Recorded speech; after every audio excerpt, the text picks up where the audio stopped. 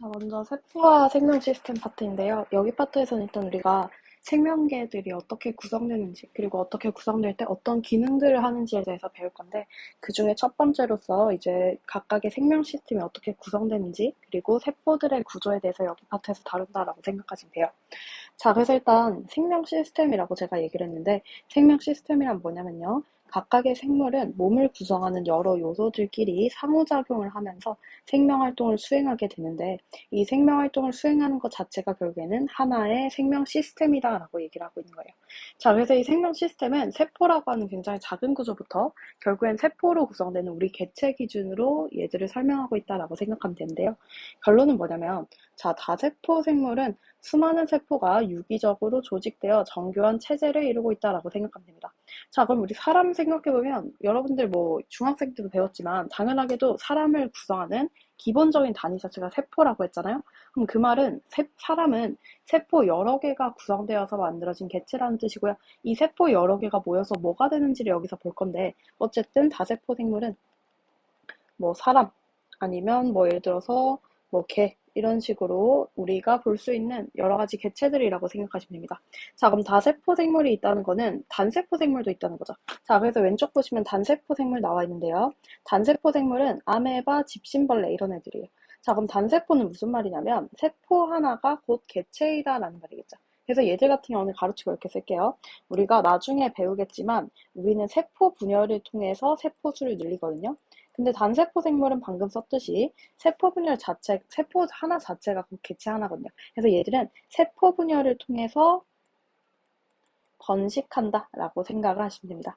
즉, 세포를 늘려나가는 것 자체가 곧 자손을 늘려나가는 거랑 똑같다라고 생각을 하시면 되겠죠. 자, 그래서 어쨌든 우리가 오른쪽으로 다시 돌아와서 구성 단계를 한번 보시면요. 일단 생명 시스템에 이르는 기본적인 단위는 세포라고 해요. 그래서 뭐 서술형 나온 학교에서는 생명 시스템에 이르는 기본 단위에 대해서 서술하시오라고 한다면 세포이다라고 쓰시면 됩니다. 자, 그리고 세포가 모이면 이제 모양과 기능이 비슷한 세포들끼리 모인 단계를 조직이라고 하고요. 자, 그다음 조직들이 모여서 우리는 어떤 고유한 형태와 기능을 하는 것을 기관이라고 합니다. 그리고 여러 기관들이 모여서 독립적인 개체가 된다라고 생각을 해주시면 돼요. 자, 그럼 일단 동물체와 식물체에 대해서 이 구성 단계들이 조금 다른데요. 일단 우리가 세포, 조직, 기관, 개체는 똑같아요. 근데 다만 여기서는 어떤 개들이 있나에 대해서 차이가 있다라고 생각하시면 됩니다. 자, 그래서 동물계 같은 경우는요, 조직계가 없고요. 그 대신에 기관계가 있어요. 자, 그래서 기관계 예시들. 여러분들 뭐 소화계, 또 뭐 신경계, 그리고 순환계, 뭐 이런 것들 있다라고 생각을 해주시면 돼요. 자, 그래서 얘들 같은 경우는 기관계라는 말 자체가 비슷한 기능들을 하는 기관들끼리 모여있는 것을 일컫는다라고 생각을 해주시면 됩니다. 자, 그래서 지금 보면 뭐 소화계, 위랑 간, 뭐 소장, 대장 이런 것들 쭉 나와 있는 거 보이죠? 자, 그래서 얘들 같은 경우는 오로지 동물한테서만 가지고 있는 것이다 라고 생각을 해주시면 되고요. 자, 이때 위 같은 경우도 보시면 뭐 결합 조직, 근육 조직, 상피 조직, 신경 조직 이런 것들이 다 모여서 위라고 하는 기관이 만들어진다라는 거 보이죠? 자, 그리고 두 번째, 식물체 같은 경우는요, 기관계가 없어요. 그 대신에 조직계가 있다라고 생각을 해주시면 돼요. 자, 그래서 여러분들이 중학교 때 배우셨을 텐데, 뭐 표피 조직계, 기본 조직계, 관다발 조직계 이런 것들처럼 비슷한 조직들, 비슷한 기능들을 하는 조직들이 모여있는 것을 조직계라고 하고요. 이때 얘들이 모여서 기관, 그리고 개체가 된다라고 생각하시면 되겠죠. 자, 그래서 여러분들이 어쨌든 지역적인 것까지는 다 기억을 해주시는 게 좋은데, 기관에는 뿌리, 줄기, 잎, 꽃, 열매가 있대요. 자, 뿌리, 줄기, 잎 같은 경우는 여기 식물에 영양을 공급하는 영양기관이다라고 생각하시면 돼요. 그리고 꽃과 열매, 여러분들 뭐 수분 이런 얘기 한 번쯤 들어보셨잖아요. 그래서 암술과 수술 이런 것들처럼 꽃과 열매는 생식기관을 담당한다라고 생각을 해주시면 됩니다. 자, 그리고 그 다음에 우리가 외울 거 하나만 더 표시하고 가면요. 먼저 생장점과 형성층은 세포 분열이 왕성하게 일어나는 분열 조직이다 라고 생각을 해주시면 돼요. 그래서 여러분들이 여기 파트에서는 이 분열이라는 개념에 대해서 조금 익숙해질 필요가 있는데, 결론적으로 세포 분열이라고 하는 것은 세포수를 계속해서 늘리는 방법이다라고 생각하시면 돼요. 결론은 우리는 세포수를 계속해서 늘려나가는 방법으로 세포 분열을 채택하고 있다라는 것을 머릿속에 넣고 가시면 좋을 것 같습니다. 자, 그 다음에 생장점과 형성층과 비교를 해보면요. 표피 조직, 유조직, 통도조직 같은 경우는요, 분열 조직으로부터 분화되어 분열 능력이 없는 밑줄 그을게요. 영구조직이다 라고 생각하시면 돼요. 그래서 얘는 영구적으로 그냥 계속 일정한 거예요. 분열을 하면서 계속 변하지 않고 일정하기 때문에 영구적이다 라는 의미로 여러분들이 생장점과 형성층, 그리고 표피, 유조직, 통도조직 이거를 차이점을 기억해 주시면 좋을 것 같습니다. 자, 그럼 여기까지는 우리가 지금 세포, 조직, 기관, 기관계로 구성되는 생명체의 구성 단계들을 보았고요. 이때 우리는 각각의 동물과 식물에서 차이점이 있다는 거 기억하시면 되겠죠. 자, 그럼 이제 본격적으로 세포를 보기 전에 여기 네 번째 보시면요. 세포라고 하는 건 그래서 우리가 방금 봤듯이 가장 최초의 가장 작은 단위니까 생명체를 구성하는 구조적 단위라고 적혀 있어요. 자, 근데 그 다음에 뭐라고 되어 있냐면 구조적 단위이자 생명 활동이 일어나는 기능적 단위이다라고 주어져 있습니다. 그래서 여러분들이 결론은요, 이걸 꼭 기억하셔야 돼요. 이 세포라고 하는 것은 생명체의 구조적, 기능적 단위이다. 라고 생각을 해주시면 돼요. 자, 그래서 서술형 나오는 학교들은 이거 물어볼 수도 있거든요. 세포가 뭐 어떤 단위인지 쓰고 이게 왜 그런지 서술하라고 쓴다면 여러분들이 이렇게 쓰시면 돼요. 자, 구조적, 기능적 단위고요. 구조적 단위인 이유는 얘들이 세포가 가장 최초의 구성 단위로서 세포들이 모여서 조직이 모여서 기관이 모여서 개체가 되면서 개체를 구성한다라고 쓰시면 돼요. 자, 그리고 이 기능적 단위라는 건 무슨 말이냐면요. 결론적으로 세포 내에는 여러 세포 소기관이 존재해요. 이 세포 내에서도 기관이 존재하는 거예요. 근데 이 세포 소기관 내에서 상호작용을 하면서 밑줄 그을게요. 생명 활동이 일어나서 생명 시스템을 유지해요. 즉 이게 무슨 말이냐면 우리 사람 같은 경우도 조직 기관이 있어서 조직 기관들이 어떤 기능을 하면서 우리 사람을 계속해서 생명적으로 유지시켜 주잖아요. 세포도 마찬가지인 거예요. 여기 안에 세포 소기관들이 있어서 생명 활동이 일어나기 때문에 생명 시스템을 유지해서 세포 하나도 하나의 생명 시스템으로 기능을 할 수 있다라는 의미가 기능적 단위인 거죠. 자, 그래서 이게 무슨 말인지 꼭 정확하게 이해를 하시고 세포는 구조적, 기능적 단위다. 이런 것들 여러분들이 서술형 나올 때 쓰실 수 있을 정도로 지금 내용을 이해해 주시면 좋을 것 같아요. 자, 그럼 우리가 어쨌든 지금 세포들은 여러 세포 소기관이 존재한다라고 했기 때문에 이제 그 다음에서는 세포 소기관의 종류에 대해서 한번 배우러 가볼게요. 자, 그래서 세포의 구조와 기능 파트인데요. 일단 세포에는 방금 전 설명드렸듯이 세포 소기관이 있고요. 얘들은 구조와 기능이 다양하다라고 생각을 해주시면 됩니다. 자, 그래서 식물 세포 같은 경우는 우리가 동물과 식물을 비교해보면 식물 같은 경우는 특이하게도 쓸게요. 얘들은 광합성을 하죠. 자, 동물 세포 같은 경우는 광합성을 하지 못합니다. 자, 그래서 식물 세포는 뭐가 있냐면요. 동물 세포랑 차이나게 존재하는 것은 엽록체와 세포벽이 있다라고 생각을 해주시면 돼요. 그래서 이 엽록체 자체가 광합성을 매개하는 곳이다 라고 생각을 해주시면 됩니다. 자, 그래서 동물세포는 엽록체 세포벽이 없다라는 것을 기억해 주시면 좋을 것 같아요. 자, 그럼 여기 그림이 있긴 한데 지금 우리가 한번 여기 파트에서 그림 같이 그리면서 설명해 볼게요.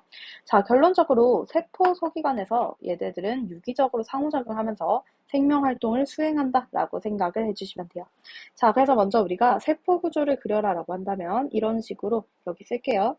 얘가 세포막이다 라고 생각을 하시면 되고요. 자, 그 다음에 우리는 여기 하나만 더 쓸게요. 세포질이라는 개념이 있는데요. 세포질 같은 경우는 세포 소기관을 제외한 내부 공간이다 라고 생각을 해주시면 돼요. 자, 지금 이거 글씨가 좀 안 예쁘게 적혔는데 세포질은 세포 소기관을 제외한 내부 공간이다 라고 생각을 해주시면 됩니다. 자, 그리고 그 다음에 우리가 이제 본격적으로 구조들 보면요. 자, 첫 번째로 여기 안에 이렇게 핵 구조가 있어요. 자, 핵이라고 하는 건 뭐냐면요. 유전 물질인 DNA가 있어서 세포의 구조와 기능을 결정하며 생명 활동을 지금 조절하는 역할을 한다라고 생각하시면 됩니다. 자, 그래서 여러분들이 이 DNA, 얘들 같은 경우는 핵산이라고 배웠죠. 그래서 뒤에서 아마도 배우셨겠지만 핵산 종류에는 DNA와 RNA가 존재한다라고 말씀을 드렸습니다. 자, 그래서 이 유전 물질 자체가 우리 몸에서 여러 가지 정보들을 가지고 있기 때문에 이게 세포의 구조, 기능을 결정하면서 생명 활동을 조절한다라고 주어져 있는 거예요. 그래서 지금 보시면요. 핵이라고 하는 것을 중앙 통제소와 같은 역할이다라고 비유하고 있습니다. 자, 그 다음에 핵 근처에는 뭐가 있냐면요. 자, 핵 근처에는 이렇게 리보솜이라는 게 있어요. 자, 리보솜은 뭐냐면요. DNA의 유전 정보에 따라서 아미노산을 결합해서 단백질을 합성한다라고 생각을 하시면 돼요. 자, 그래서 여러분들이 다른 강의에서 아미노산이라고 하는 것이 단백질의 단위체라고 배웠을 거거든요. 그래서 얘들이 펩타이드 결합을 통해서 단백질이 합성이 될 수 있는데 이 펩타이드 결합이 일어나게끔 하는 지금 단백질들의 여러 가지 정보들이 어디서 결정되냐? 바로 이 DNA의 유전 정보에서 최초로 결정되는 거예요.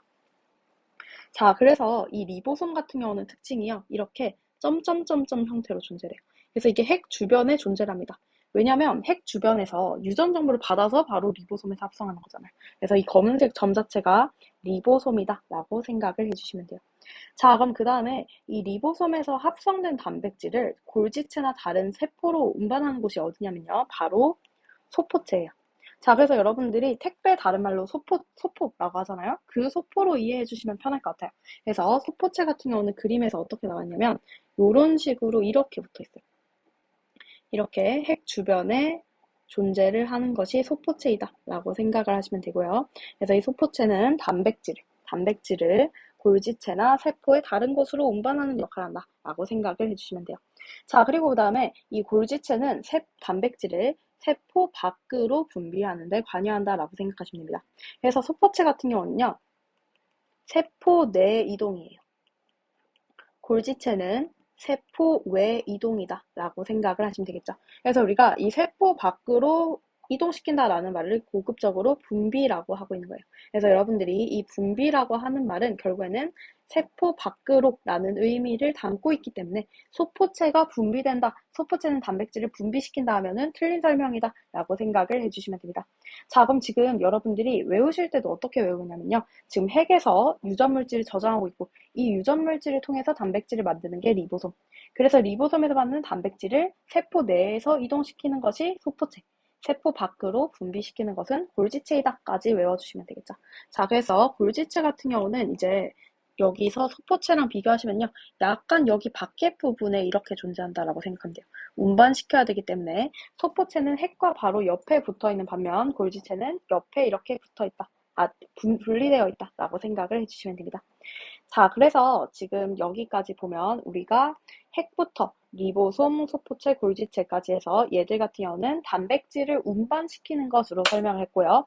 자, 그 다음에 엽록체부터 볼게요. 자, 엽록체 같은 경우는 일단 얘는 식물에만 존재하는 거라고 말씀을 드렸죠. 엽록체는 식물에만 존재하는 거. 자, 그래서 엽록체 역할은 뭐냐면요. 여러분들 아시듯이 광합성을 매개하죠. 광합성. 자, 그러면 광합성이라는 것은 빛을 이용해서 합성을 시킨다라는 뜻이에요. 그럼 얘들은 어떤 걸 이용하냐면요. 빛에너지를 이용해서 물과 이산화탄소를 뭐로 바꾸냐면 포도당과 같은 유기물로 합성을 해주고요. 포도당뿐만 아니라 산소도 발생한다라고 생각을 해주시면 돼요. 그래서 물과 이산화탄소를 포도당과 산소로 바꿔주는 것이다 라고 생각하시면 됩니다.